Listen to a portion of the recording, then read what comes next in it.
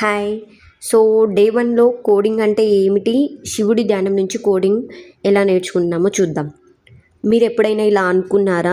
Like coding అంటే చాలా కష్టం, నేను ఇంగ్లీష్లో స్ట్రాంగ్ కాదు కాబట్టి కోడింగ్ రాదు, మ్యాథ్స్ రాదు కాబట్టి కోడింగ్ చేయలేను.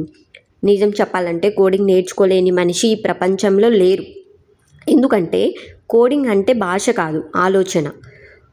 శివ స్టోరీతో స్టార్ట్ చేద్దాం. కైలాస పర్వతంపై శివుడు ధ్యానంలో కూర్చుంటాడు. చుట్టూ ప్రపంచం మారుతున్నా కానీ ఆయన మాత్రం ప్రశాంతంగా ఉంటాడు. ఎందుకంటే శివుడికి ఒక విషయం తెలుసు, ఏ పని చేయాలన్నా ముందు ఆలోచన అవసరం. ధ్యానం అంటే ఏమి చేయకపోవడం కాదు, ఏం చేయాలో నిర్ణయించుకోవడం.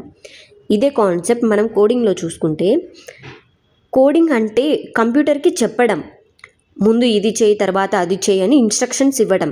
కంప్యూటర్ తెలివైనది కాదు, మనం చెప్పినదే చేస్తుంది.